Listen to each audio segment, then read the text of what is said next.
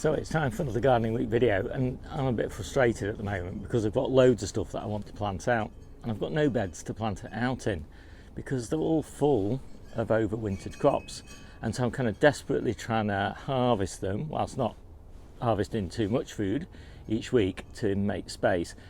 And I think I'm going to get there, but I'm still a bit frustrated because I'm a little bit behind. But I think by March I'll have most of my old beds that are not really performing that well now cleared, and I'll be able to start planting some of all this mass of stuff that I've got in the polytunnel at the moment. I've just bought my first main crop shallots, as a bun shallots and red barren onions into the polytunnel, so that's the first batch that I did as a test, germination test. And all the main trays are still not germinated yet, but I brought them in here. I don't mind having my onions kind of unheated in the polytunnel. I don't want them to have too many frosts though, so if we did have a kind of run of really frosty days, I'd probably take them home again or pop them in the mini greenhouse under fleece or something like that. You know, too many frosts and basically your onions think that they've had an extra winter and they're more likely to go to seed. And mostly this week actually I've been sowing seeds, and I put the seeds up the side here so that you can see them. There's nothing particularly interesting about them. It's that time of year, sort of middle of February, when I start sowing a lot of seeds because I don't need to use grow lights from now on really. I might use them just to accelerate growth a little bit, just so I can fill in gaps, but in general I've got enough light in the polytunnel and the mini greenhouse and the conservatory to keep most things going. I'm not doing tomatoes yet. I'm still not doing obviously any squashes or anything like that yet. I am doing though the first few cucumbers because they just do so well in the conservatory, provided I keep it above 10 degrees centigrade. And that's pretty much the only thing, apart from the peppers, that you know, really needs to be kept warm.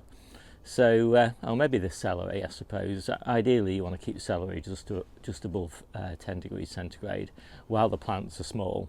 As they get bigger they can cope with a little bit of a frost, but little plants, yeah, you know, ideally keep them above 10. And I've given the polytunnel its first water.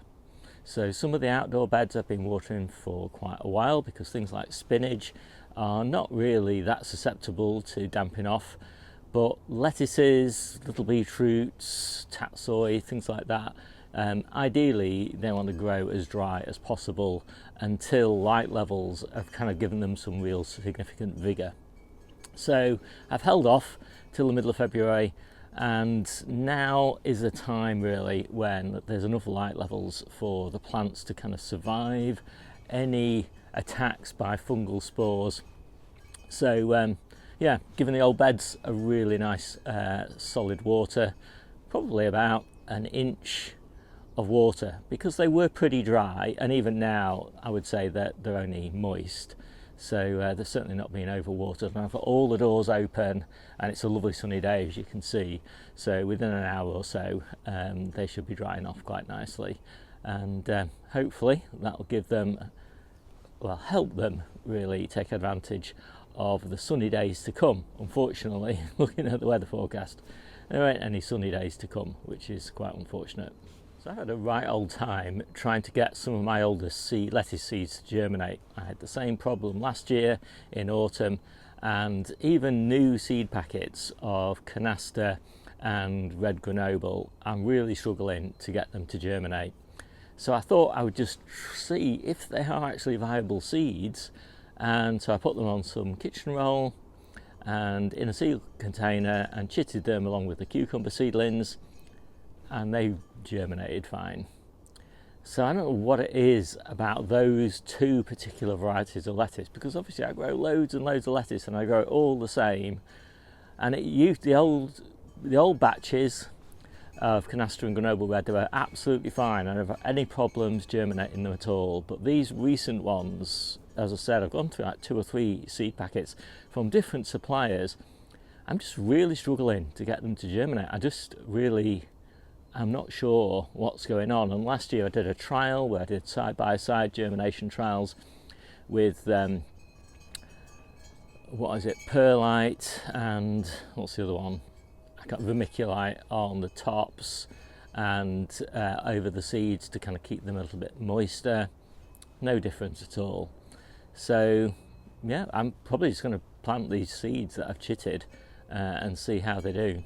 But it's quite frustrating because they're two of my favourite lettuces, and I do have alternatives, so it's not any like a big disaster or anything, but it's just frustrating when something that's worked for so many years all of a sudden stops working and you don't know why, and you just feel like you're throwing, you know, good money after bad. I don't know, I can't remember whether that's the right phrase, but anyway, just buying more and more seed packets trying to get something that germinates successfully.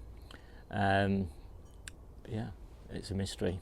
Anybody got any insights into it? I'd love to hear it. So I think I'm pretty much out of things to talk about this gardening week because I've not been doing very much gardening, been doing a lot of beautiful hikes, and I actually saw some YouTubers on some of those hikes as well, called out to me like Seaside Steve, makes you feel famous. And what else? Oh yeah, the longest ever cycle ride that I've done as a continuous ride. It's not very impressive. So cyclists, any cyclist who watches this channel will know that you know, I did 60 miles as a continuous ride. As I say, not at all impressive for a cyclist, but for me, I was pretty pleased with it. So yeah, let's get on with the harvest.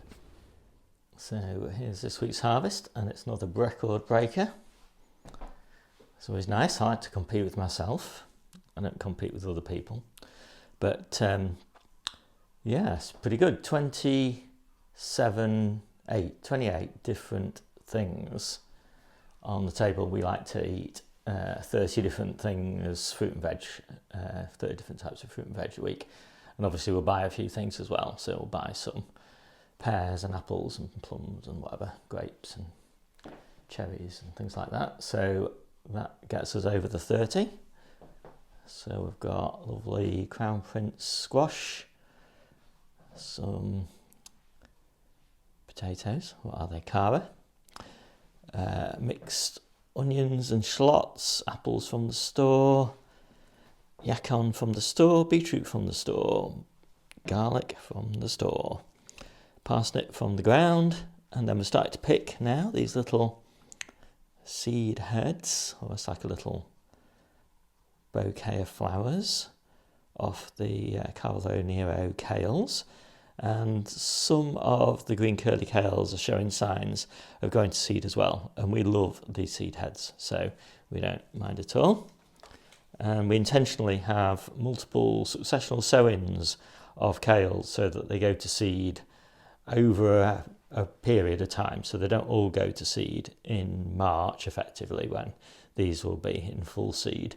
Some of them will last until April, and then we'll have new kales in May. So that's the way it works for us.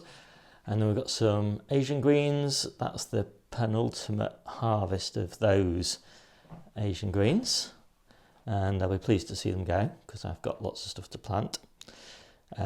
Colettes, Brussels sprouts, purple sprouting broccoli, more of those little Carlo Nero tiny leaves, and florets, spinach, loads of gorgeous spinach. Really is the time for spinach at the moment. And finally, decent salad onions. It's been ages since I've had good sized salad onions, and the reason is because of a kind of scheduling failure for me.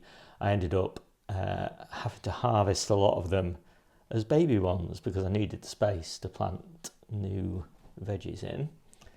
Tatsoi, salad carrots, and then these are all the salad ingredients. So we've got lamb's lettuce, these gorgeous red kitten spinach leaves, miner's lettuce, also known as claytonia, and then underneath here there's the lettuce and tatsoi mixes.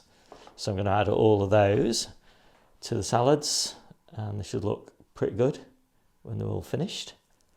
And yeah, get those boxed up. And then we've just got a few carrots from the ground.